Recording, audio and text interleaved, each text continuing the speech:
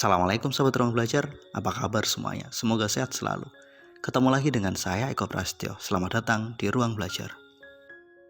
Ada beberapa kesalahan fatal yang dilakukan oleh teman-teman UMKM, para pebisnis kecil yang membuat mereka nggak bisa menumbuhkan bisnisnya.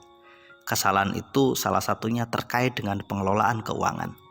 Di video kali ini saya akan membahas beberapa kesalahan yang dilakukan oleh teman-teman UMKM yang bikin bisnis mereka nggak berkembang, utamanya dalam proses pengelolaan keuangan. Apa saja kesalahan mereka? Yuk simak terus video ini sampai selesai ya. Kesalahan paling besar yang banyak dilakukan oleh teman-teman UMKM adalah mereka nggak memisah antara keuangan pribadi dan keuangan bisnis mereka. Walaupun memang bisnis mereka masih kecil, mereka nggak punya karyawan, bahkan bisa jadi karyawannya adalah dirinya sendiri dan anggota keluarganya. Tapi nggak ada masalah. Belajar profesional itu penting. Ketika kita tidak memisahkan mana keuangan pribadi dan mana keuangan untuk bisnis, maka kita akan bingung nih menilai apakah kinerja usaha kita baik atau tidak. Banyak orang ketika berjualan untungnya berapa, ya sudah untung itu yang kemudian akan dia pakai untuk memenuhi kebutuhannya sehari-hari. Ini nggak ada masalah, untuk survival mode, untuk sekedar bertahan hidup ini penting. Tapi kalau ingin berkembang, yuk mulai dicatat. Ketika kamu tidak memisahkan antara uang pribadimu dan uang bisnismu, kedepannya kamu akan bingung membuat sebuah penilaian. Kamu akan kesulitan mengambil keputusan yang tepat untuk pengembangan bisnismu. Mungkin banyak orang berdalih, ini kan bisnis kecil yang untungnya nggak seberapa, kadang naik kadang turun. Nggak ada masalah.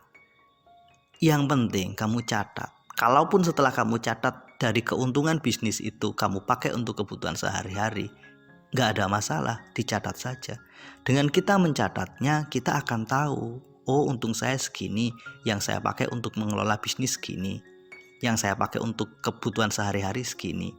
Dari situ kita akan mampu berpikir lebih objektif dan lebih bijak.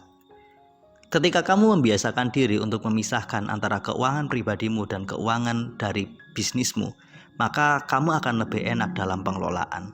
Kamu akan tahu batas. Oh ternyata yang jatah untuk keperluan pribadi saya katakanlah 100.000 sehari.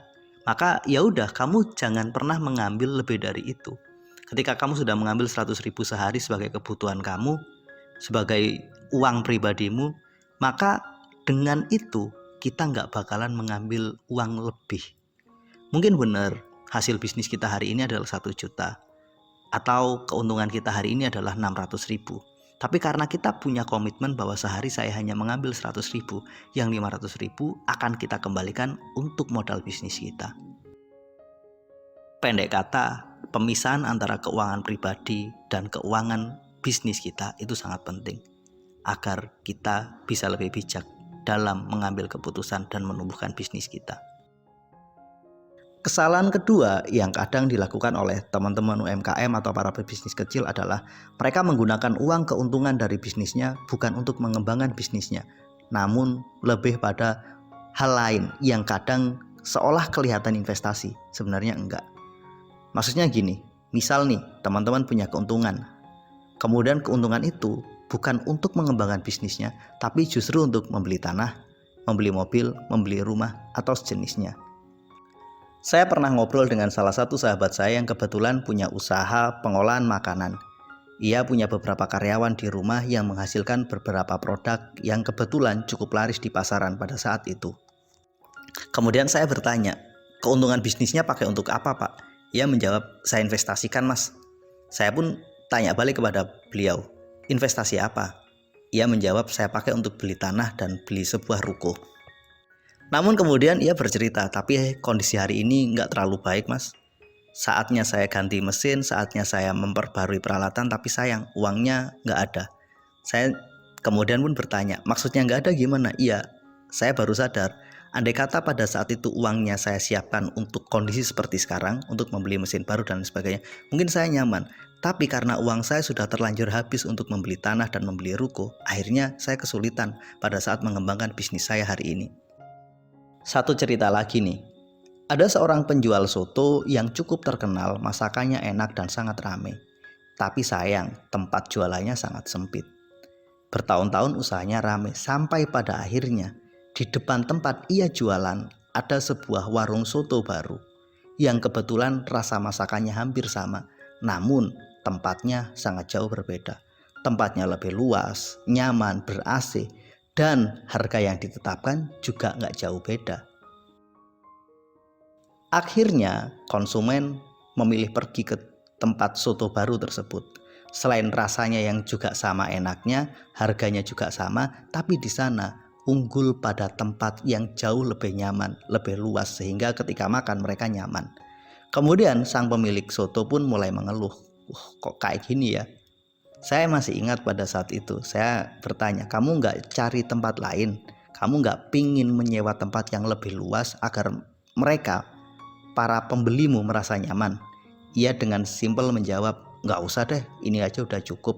Kemudian saya bertanya, terus keuntunganmu ini kamu pakai untuk apa? Dia bercerita, saya pakai untuk membangun rumah dan membeli mobil. Ketika muncul pesaing baru, ia pun mulai kebingungan. Ia baru sadar, ia kemudian bercerita, tahu gini dulu saya nyiapin uang untuk sewa ruko yang jauh lebih luas dan lebih besar agar para konsumen merasa nyaman. Pentingnya menginvestasikan kembali uang dari keuntungan bisnis itu agar bisnis kita terus bertumbuh. Kita nggak pernah tahu kemudian hari kita akan bertemu dengan pesaing yang seperti apa.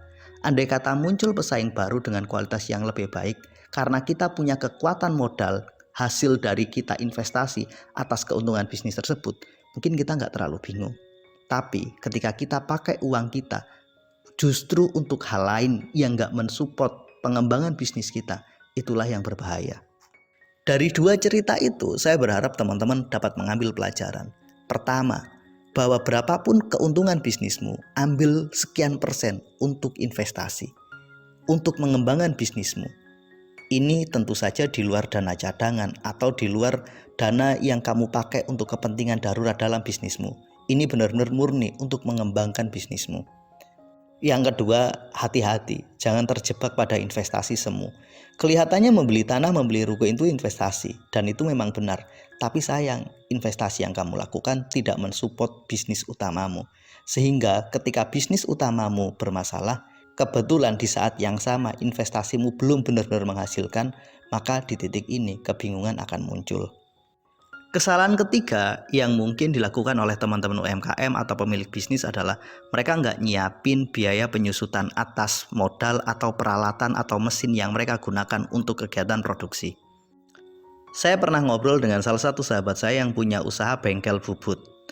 Ia bercerita bahwa saya lagi pusing nih karena saya pengen beli mesin baru untuk mengupgrade mesin bubut saya, tapi sayang uangnya terbatas.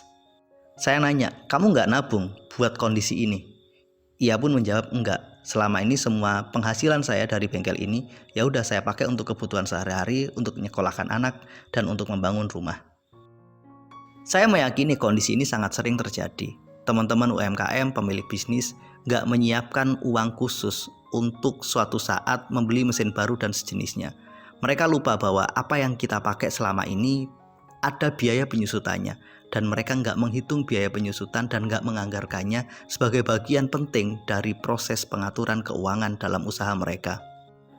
Banyak orang lupa menganggarkan biaya perawatan, banyak orang lupa menganggarkan biaya penyusutan, banyak orang abai dengan kondisi itu. Apa akibatnya? Ketika mesin mereka rusak, untuk memperbaiki mereka pun kesulitan uang. Ketika mesin mereka sudah lagi nggak update, waktunya ganti, mereka pun kebingungan karena mereka nggak punya uang untuk membeli yang baru. Kesalahan ini terjadi karena mereka nggak menganggarkan biaya perawatan atau biaya penyusutan. Andai kata mereka melakukan itu semua, pada saatnya mesin mereka atau alat mereka rusak, mereka sudah siap uang untuk membelinya. Mereka nggak perlu lagi bingung.